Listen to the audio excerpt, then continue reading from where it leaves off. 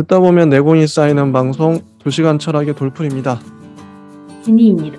네, 저희는 요한네스 힐슈베르거의 서양 철학사, 학원, 근대와 현대 읽고 있고요. 드디어 스피노자 들어갑니다. 스피노자를 제가 좋아하게 된 건 제일 처음에 저희 채널에서 다뤘던 램프레이트의 서양 철학사에서 스피노자 편을 무려 3시간 20분 정도 중간에 안 끊고 그때 윤님하고 둘이서 서로 신나가지고 진짜 화장실도 못 가고 이제 했거든요. 그때 진짜 죽는 줄 알았어요. 끝나고 나서 화장실로 달려갔는데 근데 너무 좋았고, 근데 램프레이트가 아마 스피노자를 그렇게 썼기 때문에 거기에 저희가 감명을 받아서 그렇게까지 할 수 있었던 것 같아요. 그런데 이번 힐슈베르거의 스피노자는 다릅니다. 램프레이트에서 받았던 감동이 없어요. 스피노자가 이런 사람이었나 싶을 정도로. 이게 중요한 게요, 저희가 스피노자의 책은 정작 하나도 안 읽고 램프레이트의 스피노자, 뭐 힐슈베르그의 스피노자 이런 식으로만 다루다 보니까, 근데 저는 뭐 이것도 나름의 가치가 있다고 생각하긴 하는데, 자, 어쨌든 힐슈베르그의 스피노자를 보겠습니다. 여러분들도 깜짝 놀라실 거예요. 그때 당시에 이제 3시간 20분짜리 찍었던 스피노자에는 그냥 칭찬과 뭐랄까 극찬, 와 이제 이거는 플라톤 이후로 최고의 철학자다, 저희가 그런 얘기를 서슴없이 했거든요. 램프레이트 거만 보고. 그땐 그랬어요.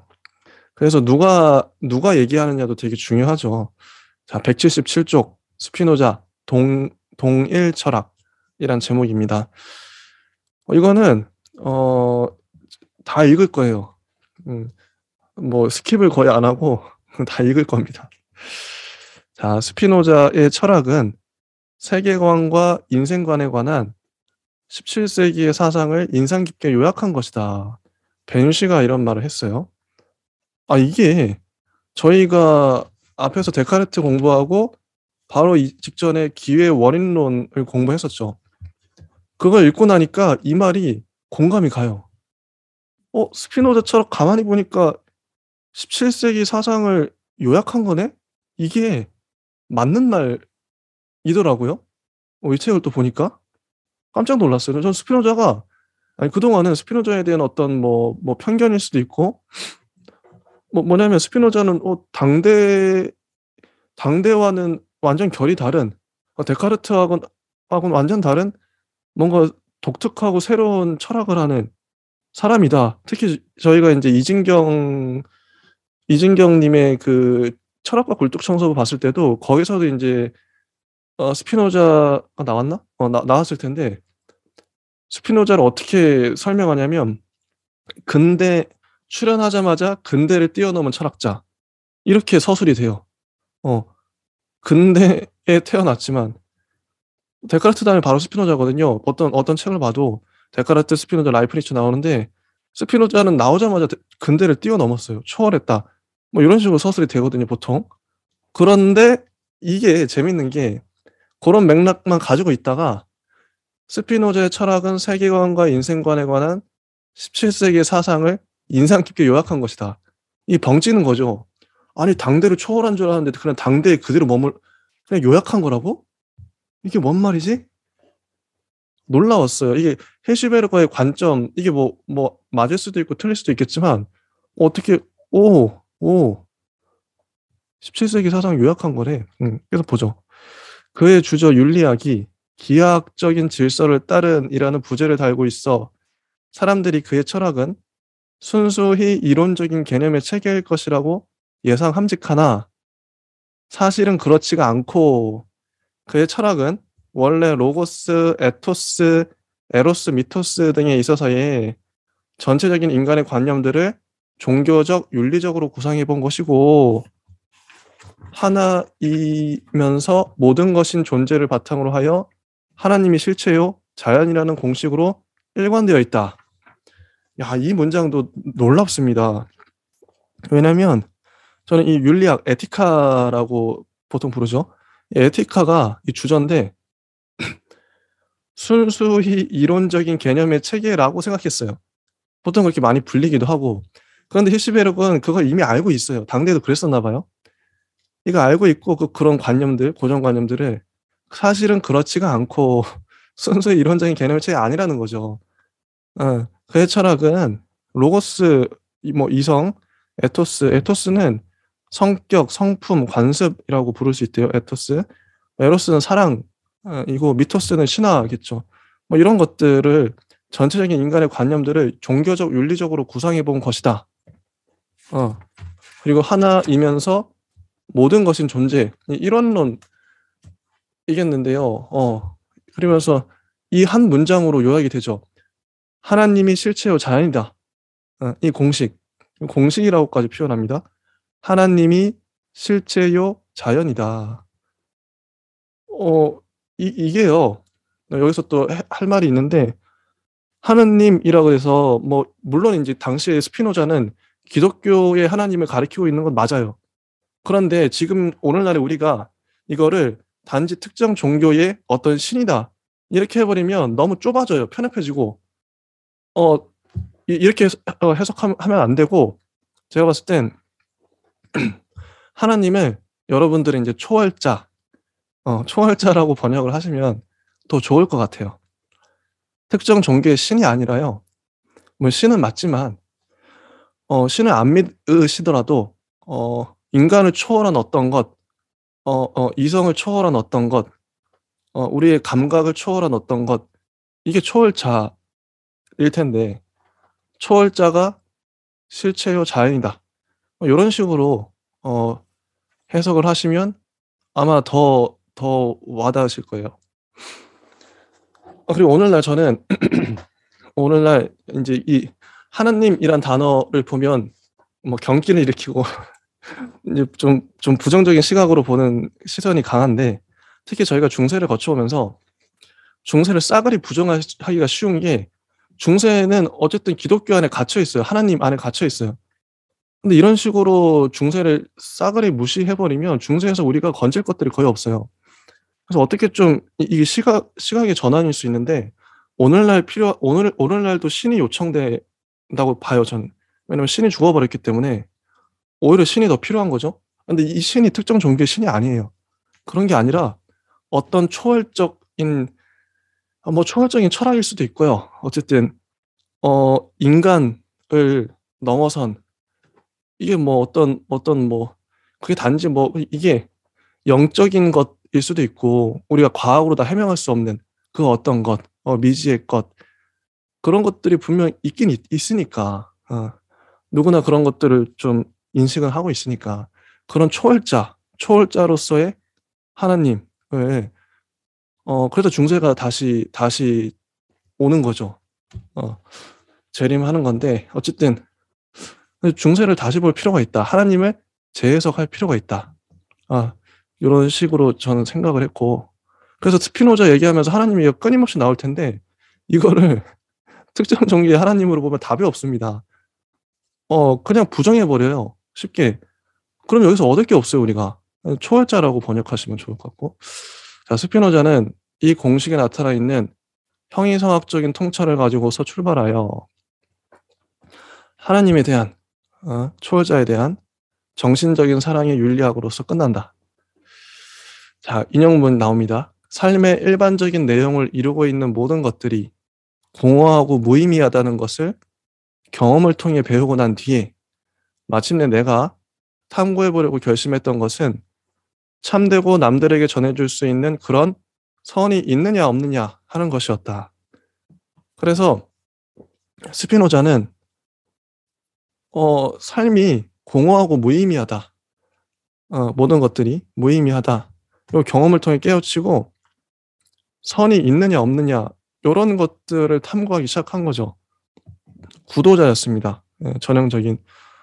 어떻게 보면 스피노자는 종교인이자 철학자였던 것 같아요. 이런 다음에 스피노자가 맞서 다뤘던 문제는 재산, 명예, 감각적 쾌락 등은 우리들의 존재를 유지시켜 나가는 수단이 아니라 오히려 우리들의 존재를 부패하게 한다는 것과 이와 반대로 다른 편으로는 인간은 자연과 자연 법칙에 영원한 질서에 뿌리박고 있으며 인간은 일정한 인간의 본성을 지니고 있으며 따라서 이런 인간의 본성으로 나아가는 모든 것은 참된 선이라는 것 등등이었다.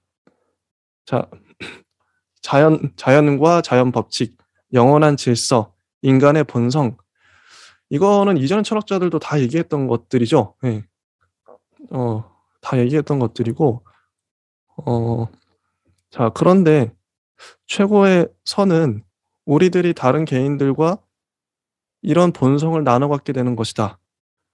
그러나 그것이 어떤 본성인가 하는 것은 정신이 자연 전체와 일치한다는 것을 인식하는 그런 곳에서 밝혀진다. 그러니 스피노자의 주저의 제목이 윤리학이라고 불리는 것이 아무런 이유도 없는 것이 아니다. 자, 이 형이상학이 나아가고 있는 방향은 사람들이 원래부터 의문점은 많으나 가장 독특한 개념, 즉 동일 철학이라는 개념으로 사용하고 있는 그런 방향이다. 자, 동일 철학이라는 단어 자체도 좀 의문이 되긴 하는데 이게 요즘에도 이렇게 쓰이는지 모르겠어요. 스피노자는 동일 철학이다 이렇게 말하는지 모르겠는데 동일이라는 게 모든 게 이제 하나로 수렴이 된다 이런 뜻인지 뭐 한자가 이게 바틀동의 하나 일자일 텐데 아마 하나님을 강조하는 것 같긴 해요. 요 정도.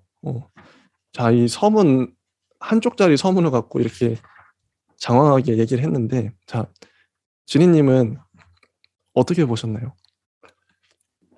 저도 서문이 되게 중요하다고 생각을 하는데요.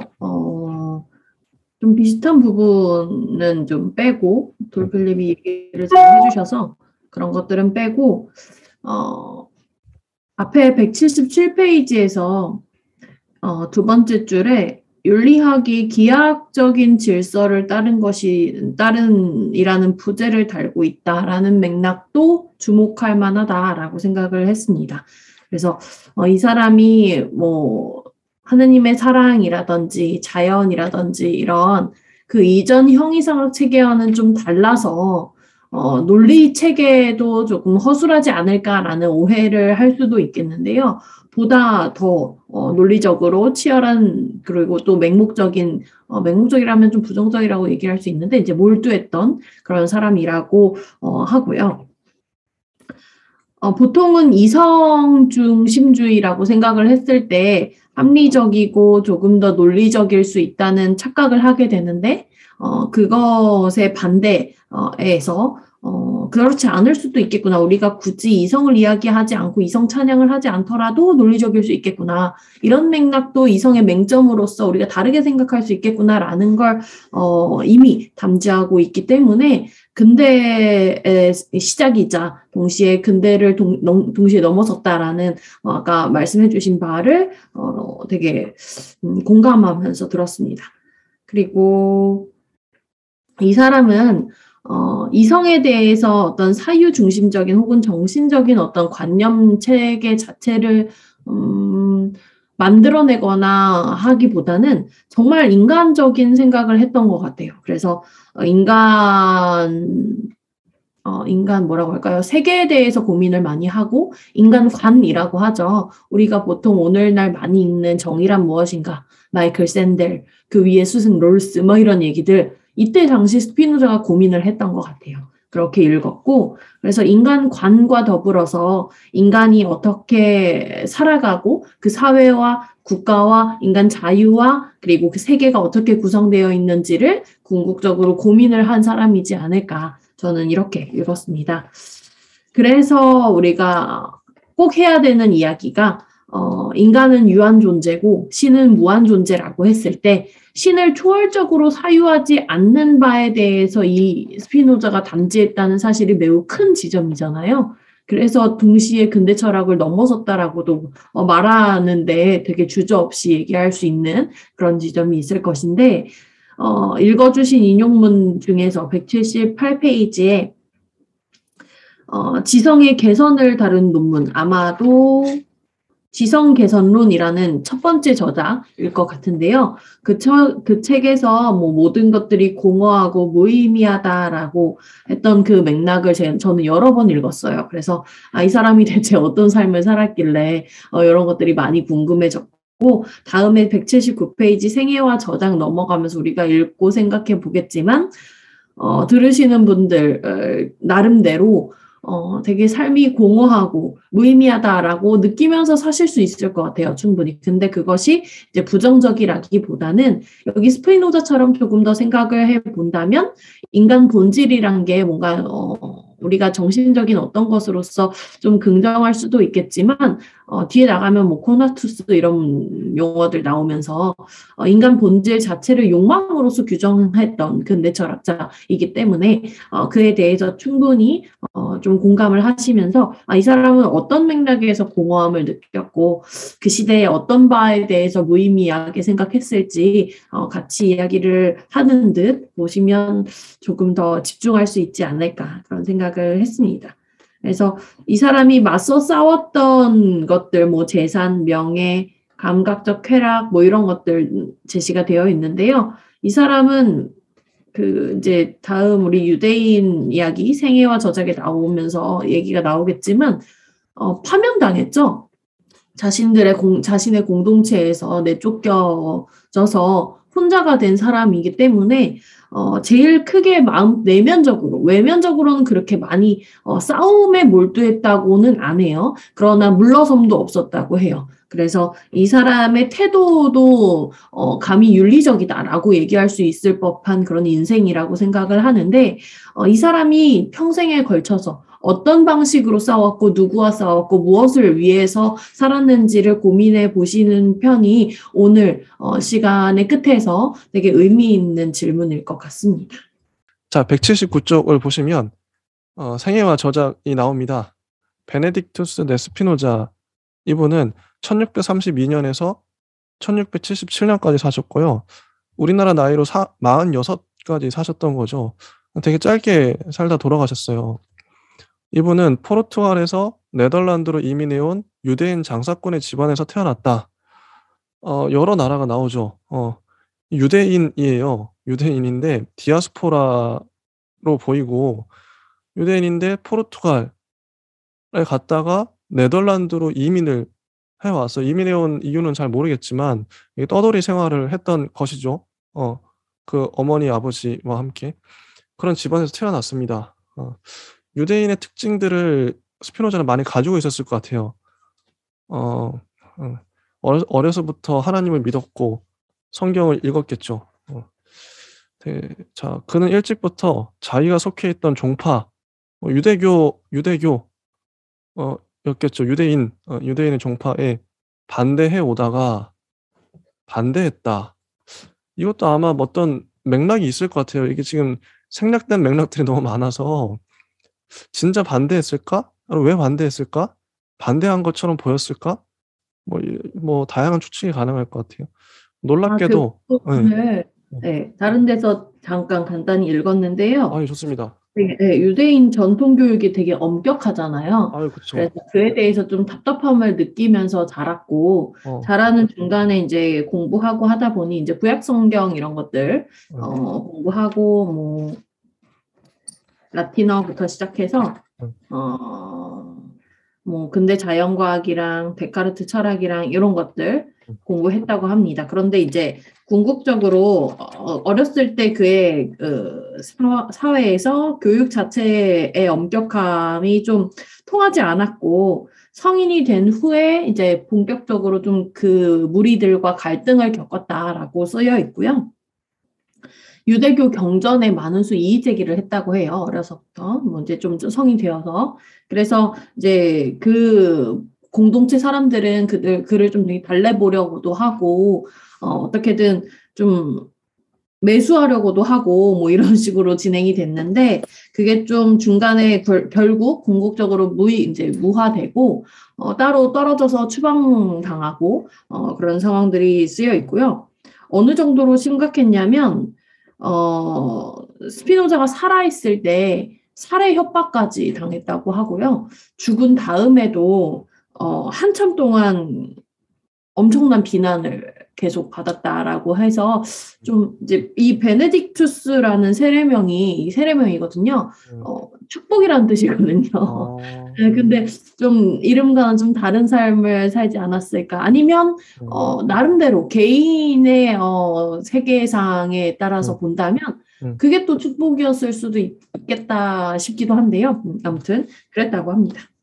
이 얘기를 좀 해야 되는데 이단이라는 거 종교하면 교회에서도 저도 교회는 한참 열심히 다녔지만 툭하면 하는 게 있어요. 이단을 인제 이런 이단이 있다. 뭐 우리가 익히 알고 있는 그런 게 있죠. 그런 거에 대해서 인제 좀 이단 집회를 해요. "이러이러한 특징이 있으니까 조심해라. 그리고 이단이 우리 교회에 있으니까 빨리 나가라." 이런 집회 이런 예배 때 이런 얘기 많이 했죠. 저희 교회에서도 대형 교회였었는데. 근데 그 얘기를 좀 해 보고 싶은데 스피노자도 마찬가지였던 것 같아요. 특히 기독교가 그런 게 심하죠. 자기의 교리랄까? 이미 정해진 교리를 쪼끔이라도 잘못 해석하는 게 아니라 뭐 다르게 해석할 수도 있는데 해석의 자유가 있는데 그거를 특정 인제 목사님과 전도사님이 다 주로 해석을 하고 그리고 특정 인제 교리를 따라야 된다 이런 식으로 가잖아요. 근데 이게 그러니까 특히 기독교가 이게 심해요. 근데 이게 종교의 역사를 보면 이게 저는 인제 종교의 역사를 보면 이단으로 인제 판명난 것들이 우리 철학사 공부하면서도 인제 "이러이러한 것들이 이단으로 됐다." 뭐 이런 식으로 많이 서술이 나오죠. 근데 그게 어떤 기준이냐면 간단합니다. 이게 당시에 주류라고 불리는 그러니까 이것도 권력 투쟁이에요. 권력 투쟁에서 승리한 사람은 정통이 되는 거고요. 뭐 카톨릭도 그렇고 권력 투쟁에서 자기들이 인제 뭐 논리가 뛰어나서 그런 보다는 다수이고 권력 투쟁에서 이기면 그게 주류 정통이 되고 소수이고 뭐 어쨌든 밀린다. 권력 투쟁에서 진다 이러면 이단으로 되는 거죠. 만약에 지금 우리가 이단으로 판명했던 그런 뭐 여러 사람들이 만약에 주류였다면 지금 우리가 생각하는 이단이 지금 우리가 진짜 주류로 믿게 될 거예요 아마. 그런 식으로 예. 어쨌든 권력 투쟁의 산물인데 이분은 제가 봤을 땐 참된 종교인이라고 생각을 해요. 단순히 인제 욱하는 심정에 뭐 반대하는 사람도 많잖아요. "아 내가 보기엔 아닌 것 같은데." 뭐 자기 논리도 없으면서. 그게 아니라 스피노자는 진짜 누구보다 철저하게 공부를 했고 이분 쓴 책을 봐 보세요. 이 사람이 철학사에서 미친 영향력을 봐 보세요. 진짜 학자고 진짜 종교인입니다. 뭐 이래야 된다 생각해요 반대할 거면. 진짜 대놓고 반대할 거면 이분도 진짜 목숨 걸고 반대한 거죠 제대로 공부하면서. 근데 이게 이분이 말하는 인제 좀 이따 나오겠지만 철학사에서도 인제 자주 나왔던 뭐죠? 범신론 이게 이단으로 판명 났는데 이게 과연 이단인가? 어쨌든 범신론에 을 주장하니까 당연히 인제 유대교에서도 범신론이 이단인가 봐요. 아무튼 그래서 인제 살해 협박까지 받은 거 종교가 진짜 무서워요. 이 종교 이단 단체라서 그런 거죠. 이단이 또 그 음. 특징이 신이 인격화되죠. 그래서 그런 측면이 있고 또 너무 초월에 빠지다 보면 인간이 감히 범접할 수 없기 때문에 누군가 예언자가 나타나서 그를 매개해야 된다. 요런 논리가 되게 강화되면 나름대로 내 입맛대로 해석이 되면 이단이 주로 되는 것 같은데 그 두 가지 신의 인격화와 매개자로서의 신 두 가지를 대표적으로 거부했다고 해요. 여기 에티카에서는. 그래서 이 스피노자의 노력 자체가 되게 현대적이다라고 읽히는 지점이기도 하고요. 여기 저희가 본 책은 진태원 선생님의 스피노자, 에티카 그리고 이게 한정판이라서 이렇게 USB가 있어요. USB를 열면 오디오북으로 읽어주십니다. 엄청 좋아요. 제가 예약까지 걸어서 샀던 제가 엄청 팬이거든요, 진태원 선생님. 그래서 다른 저서들도 많으시고 뭐 번역이라든지 데리다의 법의 힘 같은 경우도 진태원 선생님 번역하신 게 되게 좋아요. 그래서 한번 보시는 것도 너무 좋고 이 중에 첫 장에 그 스피노자가 유대인 공동체에서 쫓겨날 때 당시에 저주문이 오늘날에도 전해진다고 합니다. 세상에. 네, 한 두 문단 정도 되는데 간략하게 읽어드리면 핵심 부분이 이래요. 마하마드라는 유대 공동체 평의회에서 이제 지도자들에게 고한다 이렇게 얘기를 하면서 이 스피노자는 사악한 주장과 행실을 오랫동안 알고 있었다. 내가 오랫동안 지켜봐왔다. 여러 가지 수단과 약속을 향해서 그를 악한 길로 되돌리려고 노력했지만 치유할 수 없었다. 그를 행하고 가르치려는 혐오스러운 이단의 학설들과 그의 회개망측한 행동들에 대해서 매일 정보를 입수했고, 그래서 증언과 증거를 제시할 수 있을 만한 믿을 만한 증인들을 토대로 이러이러한 이스라엘 백성 중에서 쫓아내기로 결정했다라고 얘기가 첫 번째로 나오고, 그래서 천사의 법령과 거룩한 사람들의 명령에 따라서 공동체의 승인을 받아서 스피노자를 파문하고 추방하고 저주하고 비난한다 이렇게 판결문을 내려요. 그래서 신의 은총이 있기를 하면서 여호수아가 여리고 저주했던 그의 저주로 그를 저주하고 소년들을 저주했던 그렇게 저주하고 누구를 통해서 저주하고 누구를 통해 저주하고 이게 줄줄 쓰여 있어요. 그래서 과연 모든 징벌로 그를 저주하고 그는 낮에 저주받을 것이고 밤에도 저주받을 것이고 누울 때 저주받을 것이고 일어날 때 저주받을 것이고 이렇게 정말 줄줄이 다 쓰여 있고요. 너무 재밌어요. 네, 재밌게 읽히네요.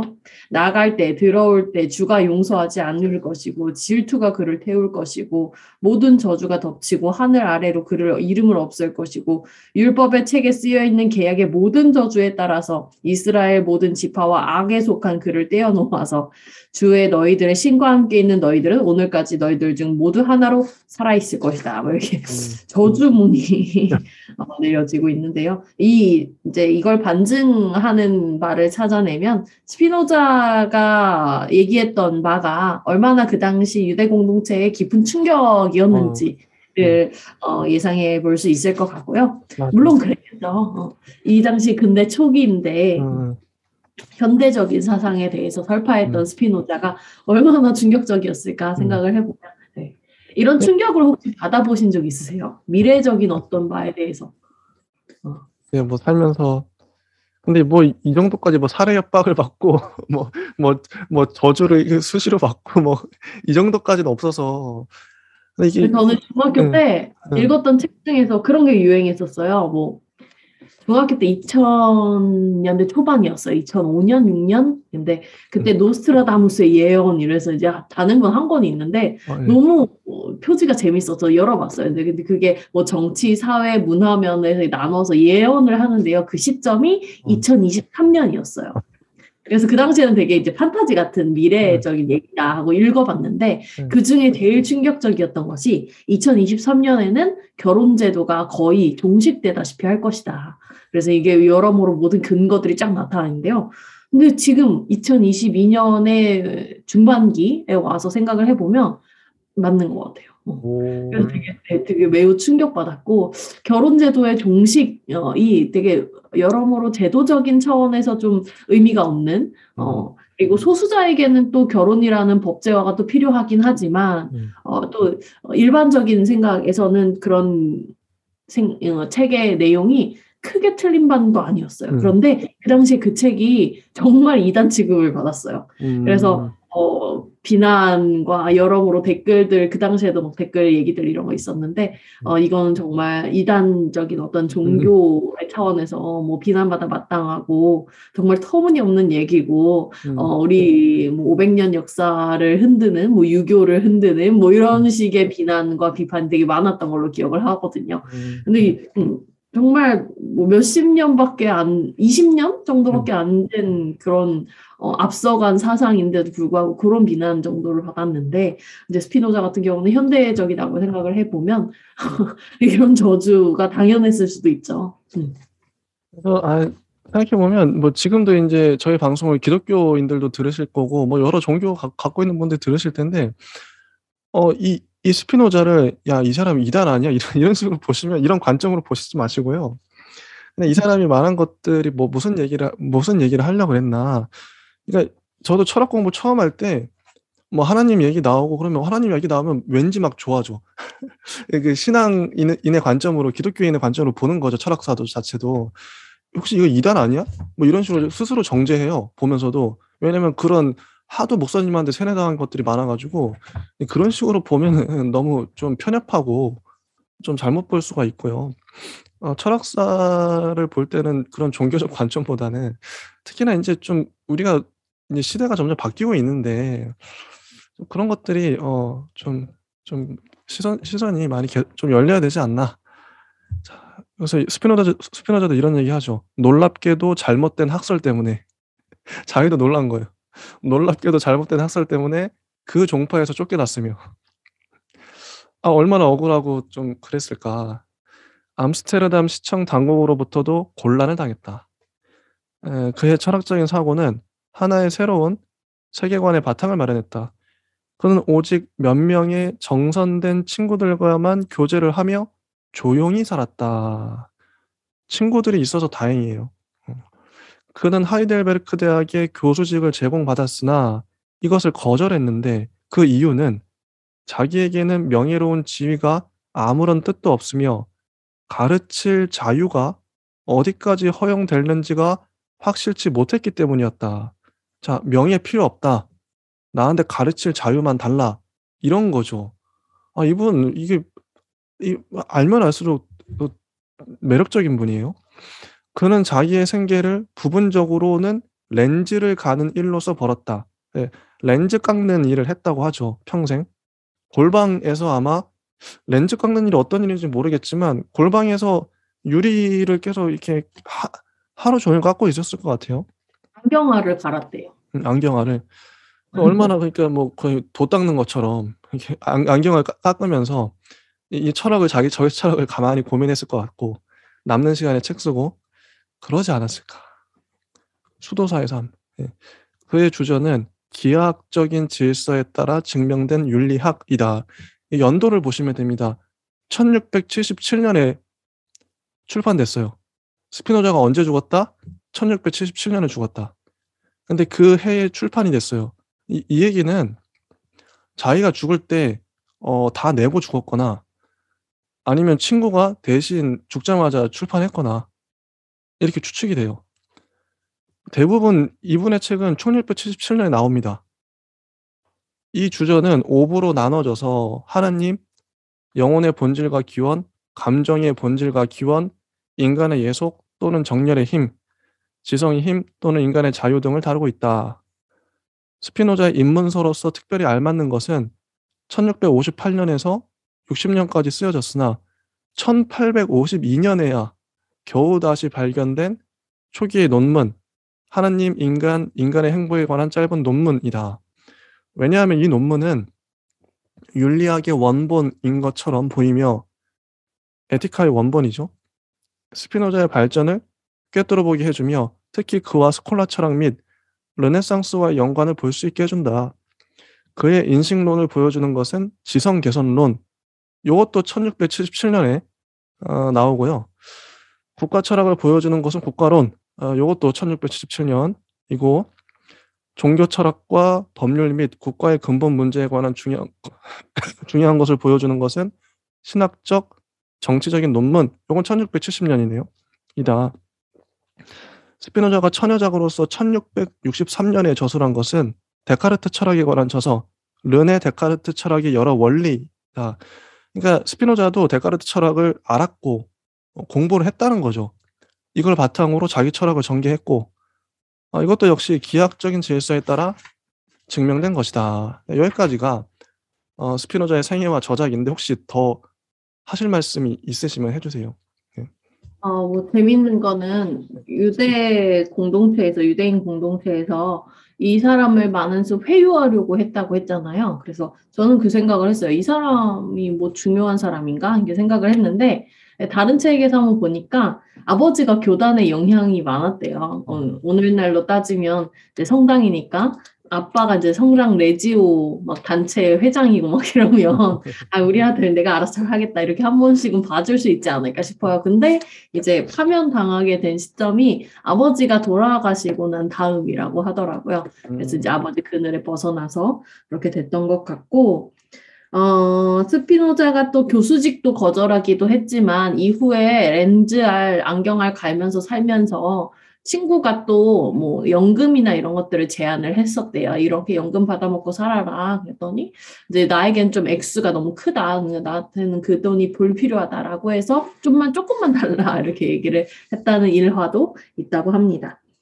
그리고 윤리학을 비롯해서 그 이제 친구들이 좀 있었다고 하는데 그 친구들과 함께 읽고 토론했던 그런 저작들은 죽은 다음에 사후에 많은 수 이제 출판되는데 그 출판된 사후 100년 동안도 그 철학 자체에 대해서 아주 상반적인 평가로 나뉘었다고 해요. 그래서 이 사람은 죽어서도 이제 그 저작으로서 비판 세력이 매우 공고하게 있었다는 점을 좀 살펴보면 좀 불행하다 이렇게 생각할 수도 있겠지만 전 나름대로 이 사람의 이 내용이 얼마나 혁신적이었길래 죽어서도 100년 동안이나 그런 논쟁이 끊이질 않았는지에 대해서 계속 생각을 해보게 되었고 우리가 이단 이야기를 하면서 범신론 이야기 잠깐 나왔었죠. 근데 이제 범신론 스피노자를 자연과 신 이렇게 연결시켰다고 해서 범신론으로 많이 얘기를 했었던 것은 이제 전통적인 경향이래요. 그래서 오늘날의 경향으로는 스피노자를 범신론으로 해석하지는 않는다라고